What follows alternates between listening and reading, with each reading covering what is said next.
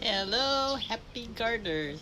Well, today we're just going to take a look at our greens out here, make sure we still have some and what we need to be doing with them. Probably we're going to pick some today. So let's take a look. So here are the greens, and I think I want to pick some today. This is lettuce, and we should have some spinach in here someplace, but we have them all down here. So it's time to gather some up so that we can eat them.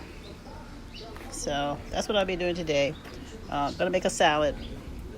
We have lots to pick from, and we don't want to cut them off too far because they'll continue to grow. So if you go down here and then just pinch them off, leaving a little bit of stuff left, leaving the stuff that you're not going to eat.